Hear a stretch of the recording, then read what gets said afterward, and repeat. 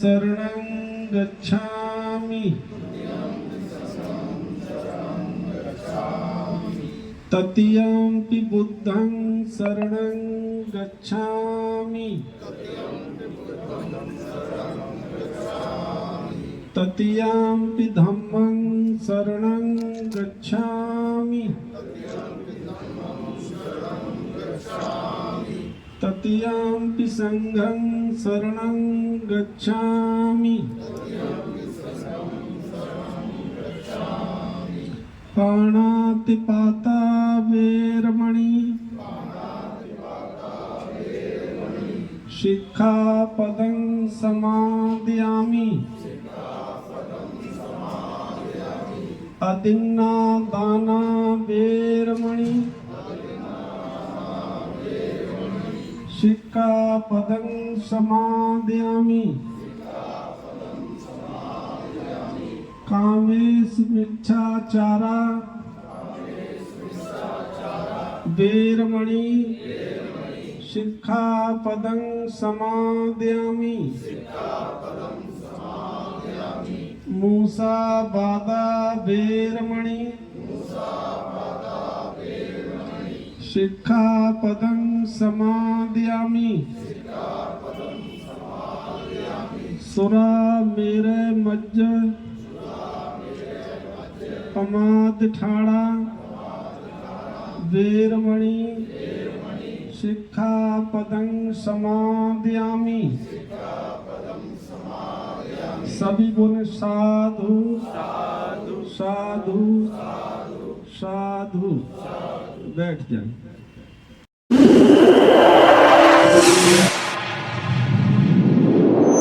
इस news channel पर जो भी वक्ता ने कहा वो उसकी अपनी राय है जिसकी पुष्टि नेशन न्यूज इंडिया नहीं करता। धन्यवाद। जय भीम साथियों, सबसे पहले मैं स्वर्गीय श्रीमती ज्ञानवती देवी जी जो हमारे राष्ट्रीय महासचिव अशोक कुमार जी की माता जी हैं, उनको अपनी तरफ से श्रद्धांजलि देता हूं। आप सबकी तरफ से श्रद्धांजलि देता हूं और मैं प्रार्थना करता हूं कि उनकी आत्मा को शांति मिले और जो उनका परिवार है, राष्ट्रीय महासचिव अशोक कुमार जी का जो पूरा परिवार है, उसको ये दुख को सहन करने की शक्ति प्रदान करें। साथियों, प्रेम सिंह भी बता रहे थे कि ये आना जाना लगा रहता है और ये सच है कि जो आता है वो जाता है, चाहे धर्म कोई सा ही हो, हिंदू धर्म हो, बुद्ध धर्म हो, क्रिश्चियन हो, किसी भी धर्म में अजर और अमर कोई नहीं है। जो आता है वो जाता है। जैसे आते टाइम परिवार में खुशी होती है, वैसे ही जाते टाइम परिवार में दुख भी होता है। खुशी इसलिए होती है कि एक नया व्यक्ति हमारे बीच में आता है और दुख इसलिए होता है कि एक लंबी आयु बिताने के बाद वो हमारे बीच में से चला जाता है। लेकिन जो आता है उसको हम सिखाते हैं। पूरे जीवन का जो चक्र है उसको हम सिखाते हैं, लेकिन जो जाता है वो हमको सिखा के जाता है, उससे हम सीखते हैं। और ये जो सीखने की बात है, ये इस मौके पर हमें सीखना चाहिए कि किस तरह से हमारे राष्ट्रीय महासचिव के माताजी ज्ञानवती देवी जी ने अपने पूरे परिवार को पाला, उनको आगे बढ़ने का अवसर दिया और एक अच्छे संस्कार उनमें दिए, जिसकी वजह से आज पूरे देश में जब राष्ट्रीय महासचिव अशोक जी का नाम आता है तो स्वतः ही उनकी माता जी का नाम आता है और इसलिए हम उनको और ज़्यादा प्रणाम करते हैं, अपनी तरफ से श्रद्धांजलि देते हैं। मैं जब से अशोक जी के संपर्क में आया, किशनगंज में आप रहते थे, सेंट्रल कमेटी डिस्प्यूट में थी, हम इनके घर से ही कामकाज किया करते थे।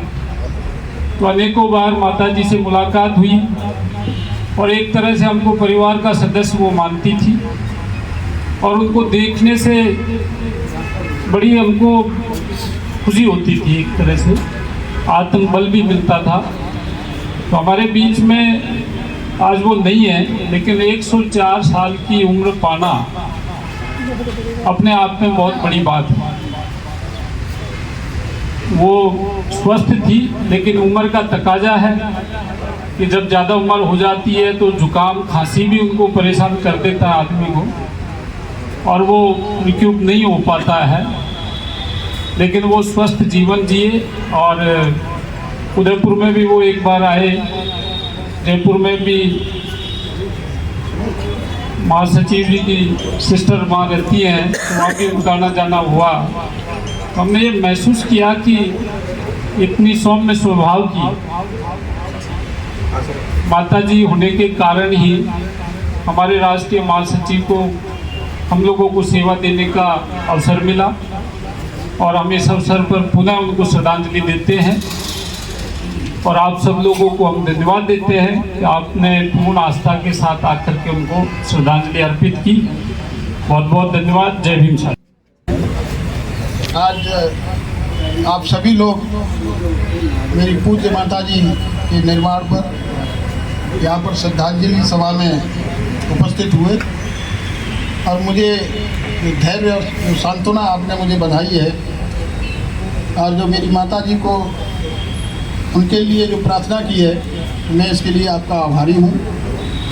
मैं सिर्फ, क्योंकि और भी कई लोग बोलना चाह रहे थे, ये कार्यक्रम इस तरीके का नहीं किया गया, लेकिन इतना ज़रूर बताई देना चाहता हूँ कि जिस तरीके से बैरवा साहब ने, क्योंकि बैरवा साहब से भी कई बार मुलाकात हुई और इंडियन रेलवे वो कई लोगों को पर्सनली जानती थी, जैसे कि बैरवा साहब हैं, खोइया साहब हैं, हरनोटिया साहब हैं, शकुंतला बावल हैं, और आना जाना भी एक दो बार हुआ है। मेरी माताजी काफ़ी सरल और सौम्य स्वभाव की थी।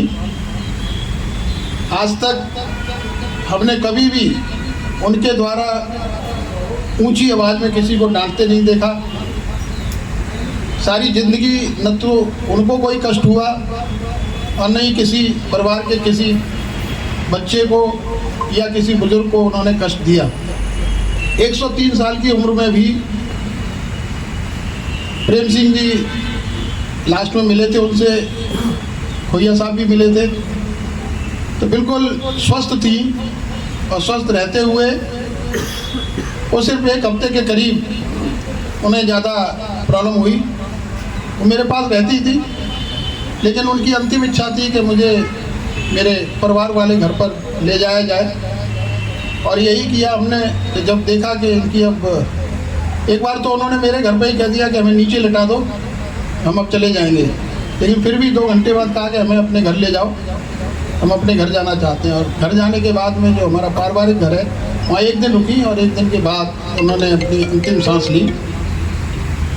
तो मैं समझता हूँ कि पूरे जीवन में उनका इतना आशीर्वाद मेरे ऊपर तो बना ही रहा।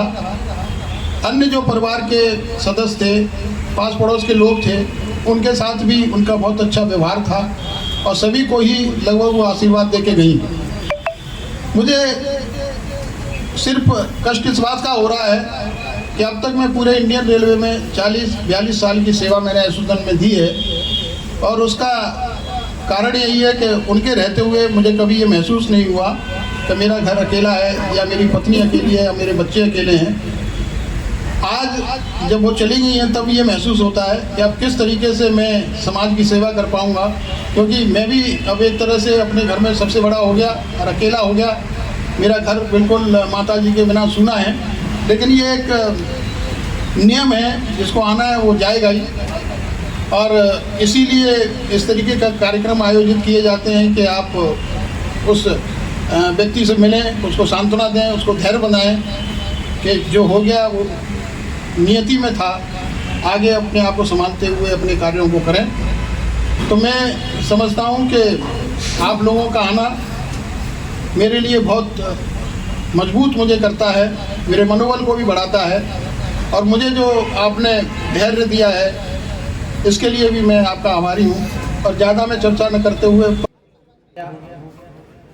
निर्वाण के पश्चात जो संस्कार था वो बौद्ध रीति से सारा किया गया, जिसमें भंते जी और हम सब उसके उपस्थिति थी हमारी। तो माता जी के अब आत्मा शांति कहूँ तो कुछ ऐसे लोग भी होंगे कि भगवान बुद्ध ने आत्मा शांति मतलब उनकी शांति हेतु हम 1 मिनट का 2 मिनट का हम प्रार्थना करेंगे। तो मेरा सभी से अनुरोध है कि हम सभी खड़े हो जाएं और मौन धारण करें सिर्फ 2 मिनट के लिए।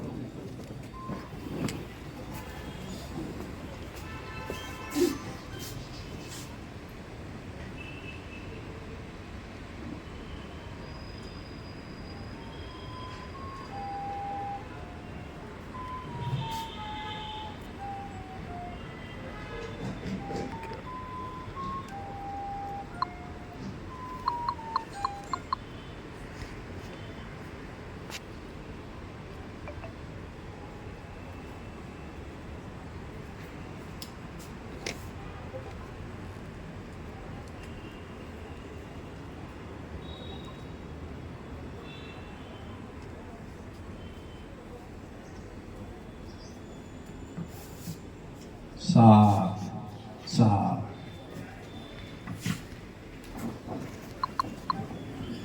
यूँ तो माता जी का जो परित्राण भाई, जिनमें से एक भाई अब नहीं है और 5 बहन,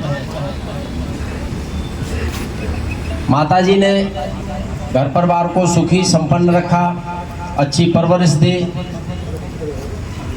अच्छे संस्कार दिए। जो राष्ट्रीय महामंत्री हमारे बीच में आप सबकी सेवा में एक लंबे समय से लगे हुए हैं और राष्ट्रीय अध्यक्ष श्री BL बैरवा जी को कंधे से कंधा मिला के सहयोग करते हुए, एक दूसरे के साथ रहते हुए हम सबको एक इतना बड़ा प्लेटफॉर्म दिया है, इसके लिए मैं माता जी को पुनः नमन करता हूँ। यूँ तो दुनिया में जो आता है वो जाता है, समय परिवर्तनशील है। जिस तरह एक पेड़ के पतझड़ आने पर, एक ऋतु आने पर साल में पत्ते झड़ जाते हैं, फिर से उसमें नई कोपल आती है, इसी तरह ये मनुष्य का जीवन है। जो जिसने जन्म लिया है उसका निर्वाण होना निश्चित है। किसी का समय से पहले हो जाता है, किसी का समय पर होता है, किसी का समय से भी कुछ ज़्यादा उन्हें समय मिल जाता है। तो मैं ज़्यादा इसमें नहीं जाऊंगा। मैं आगे श्री BL बैरवा जी से मेरा अनुरोध है कि वो अभी श्रद्धांजलि अर्पित करें और 2 शब्द करें या भी